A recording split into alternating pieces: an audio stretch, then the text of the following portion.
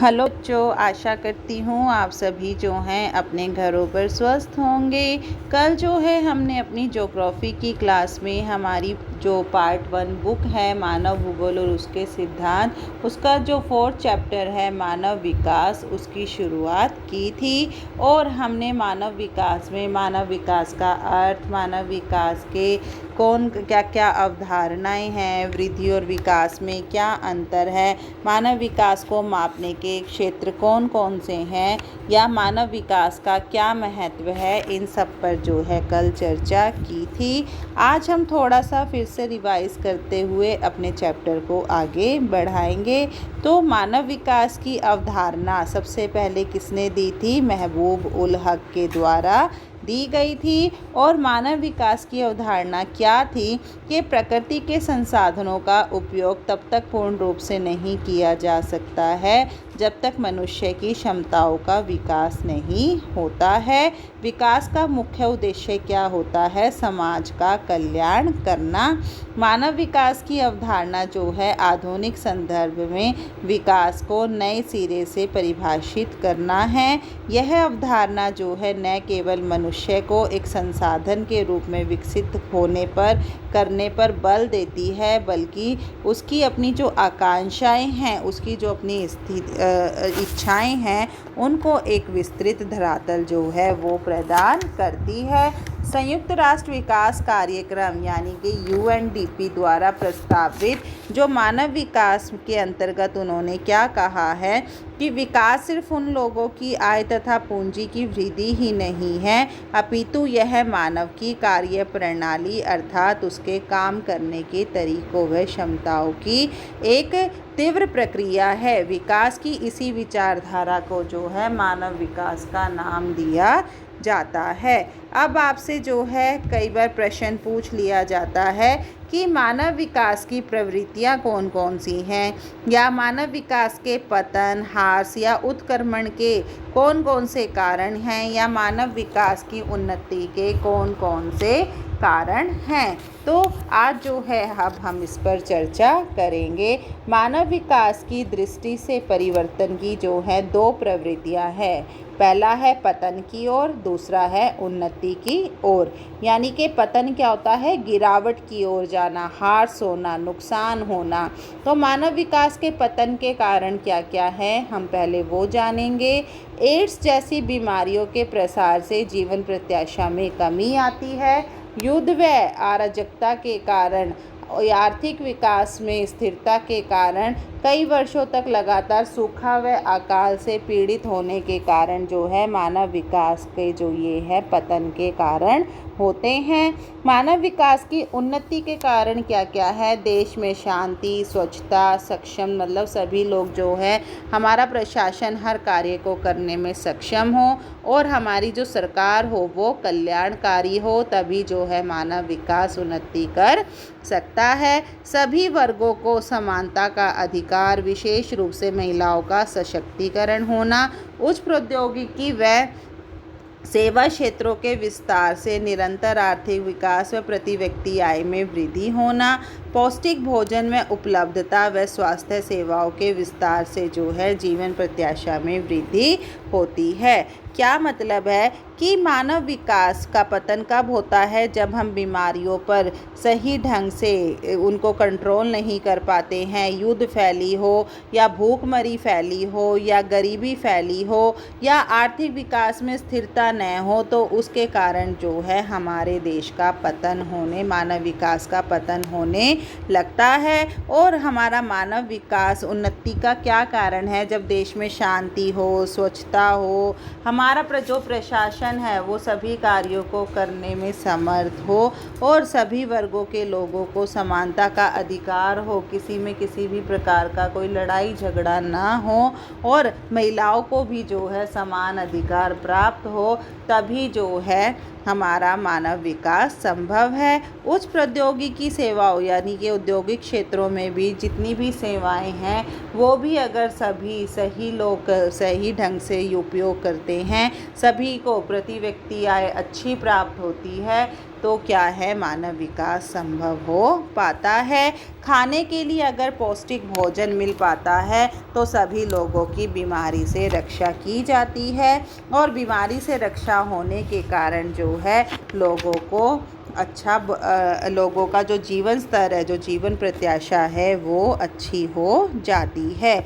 अब यहाँ क्या है, कुछ यहाँ पर हमें परिभाषाएं, कुछ दृष्टिकोण बताए गए हैं अलग अलग कि महबूब उल हक का क्या था, प्रोफेसर अमर्त्य सेन के क्या विचार थे। अब हम उन विचारों पर थोड़ी सी चर्चा करेंगे।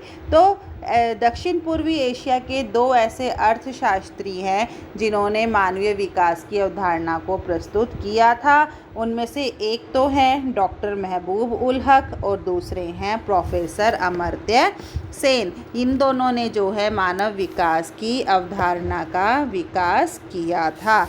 अब है हमारा कि मानव विकास के विभिन्न मापदंड कौन कौन से हो सकते हैं। मानव विकास के मापदंड जो हैं, एक तो प्रति व्यक्ति आय होता है और एक सकल घरेलू उत्पाद या मानव विकास सूचकांक।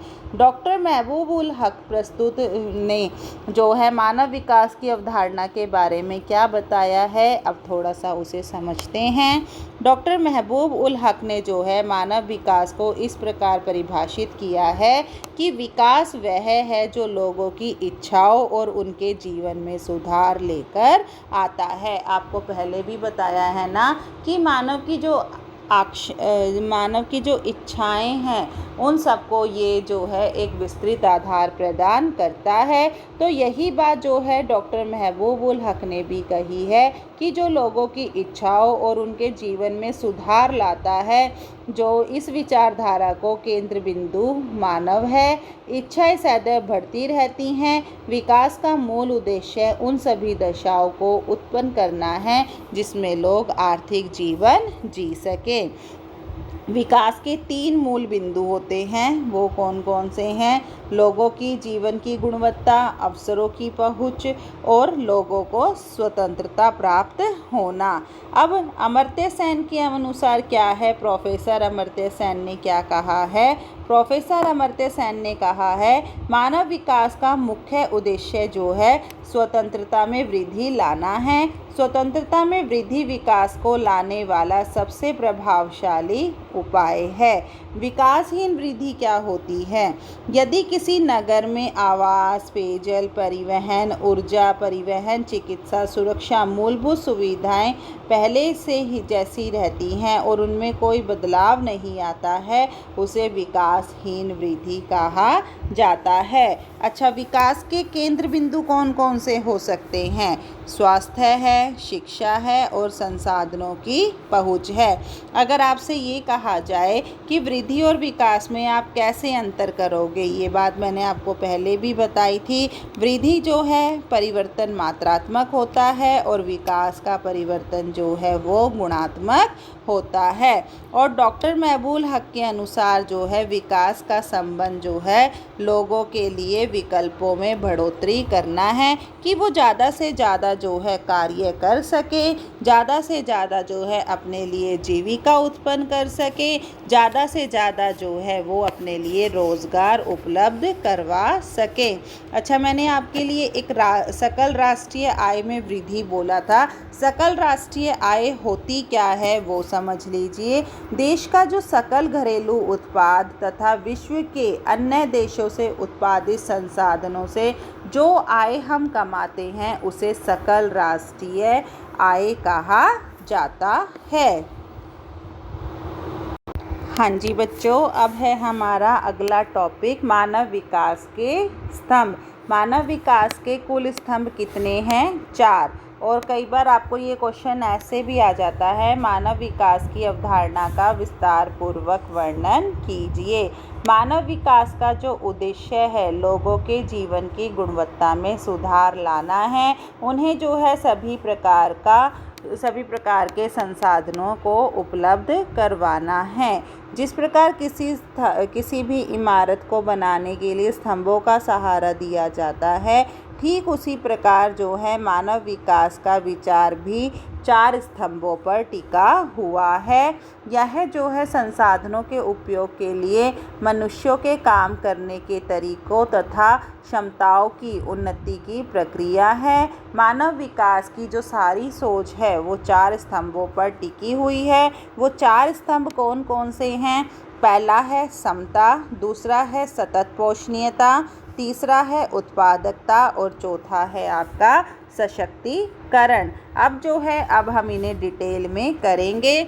समता, इक्वालिटी क्या होती है? समता का आशय जो है, क्षमता से अभिप्राय जो है एक ऐसी व्यवस्था से होता है कि प्रत्येक व्यक्ति को उपलब्ध संसाधनों तक समान पहुंच सके, यानी कि हमारे जितने भी लोग हैं, जितनी भी जनसंख्या है, वो सभी लोग जो है सभी साधनों का समान लाभ उठा सकें। लोगों के उपलब्ध अवसर धर्म, नस्ल, जाति, लिंग, जन्म स्थान तथा आय के आधार पर जो है किसी भी प्रकार का भेदभाव न किया जाए, बल्कि सभी लोगों को समान समझते हुए उन्हें संसाधन उपलब्ध करवाए जाएं। भारत के संविधान में अनुच्छेद 14 से 18 के अंतर्गत जो है लोगों को समानता का मूल अधिकार प्राप्त हुआ है। इसके बावजूद भी लगभग प्रत्येक समाज में जो है भेदभाव की घटनाएं कभी न कभी देखने को मिलती रहती है। इसीलिए जो है हमें समाज में समता का भाव, समानता का भाव भी उत्पन्न करना होगा। दूसरा है हमारा सतत पोषणीयता। सतत पोषणीयता क्या होती है? सतत पोषणीयता को जो है निर्वहन भी कहा जाता है, अर्थात इसका अर्थ होता है लोगों को विकास करने के अवसर जो हैं लगातार मिलते रहें। सतत पोषण जो है मानव विकास तभी होगा जब प्रत्येक पीढ़ी को समान अवसर मिलेंगे। मतलब आज एक संसाधन हम प्रयोग कर रहे हैं, ऐसा ना हो कि हम उस संसाधन का इतना ज़्यादा प्रयोग कर ले कि वो जो है बिल्कुल ही समाप्त हो जाए और भविष्य में आने वाली पीढ़ी को वो संसाधन न मिल सके। अगर ऐसा होता है तो वो सतत पोषणीय विकास नहीं कहलाता है। यानी कि पीढ़ी दर पीढ़ी जो है संसाधनों को एक दूसरे तक पहुंचाना जो है वो सतत पोषण कहलाता है। सतत पोषण के लिए भी जो है समान अवसर होने चाहिए और इसके लिए यह ज़रूरी है कि हम पर्यावरण, वित्तीय और मानव संसाधनों का आने वाली पीढ़ियों को ध्यान में रखते हुए जो है उनका उपयोग करें। यदि हम बहुमूल्य संसाधनों का अंधाधुंध प्रयोग करते हैं, दुरुपयोग करते हैं, तो आने वाली पीढ़ियों को जो है विकल्प कम हो जाएंगे, उन तक जो है सभी संसाधन नहीं पहुंच पाएंगे। अब है हमारा उत्पादकता। हमारा तीसरा स्तंभ क्या कहता है? उत्पादकता। उत्पादकता क्या होती है? यहाँ उत्पादकता से अभिप्राय जो है मानव श्रम उत्पादकता से है। मनुष्य के काम करने के तरीकों को और अच्छा बनाकर उनमें अच्छी क्षमताओं का निर्माण करके उत्पादकता में निरंतर वृद्धि की जाती है। स्वस्थ शरीर से युक्त जो एक हुनरमंद लोग होते हैं किसी भी राष्ट्र का वास्तविक धन होते हैं। अतः लोगों को बेहतर चिकित्सा सुविधाएं उपलब्ध कराने और उनके ज्ञान को बढ़ाने के प्रयासों से ही लोगों की कार्य क्षमता बढ़ेगी। चौथा हमारा क्या है? सशक्तिकरण। सशक्तिकरण क्या होता है कि लोगों में अपने विकल्प चुनने की ताकत पैदा की जाए कि हमें किस कार्य को करने में हमारा मन है या हम किस कार्य में आगे बढ़ सकते हैं। यह ताकत बढ़ती हुई स्वतंत्रता, क्षमता और उत्पादकता से आती है। इससे हमारा शासन और लोगों तक जो नीतियां हैं वो भी उन्हें भी सशक्त किया जा सकता है।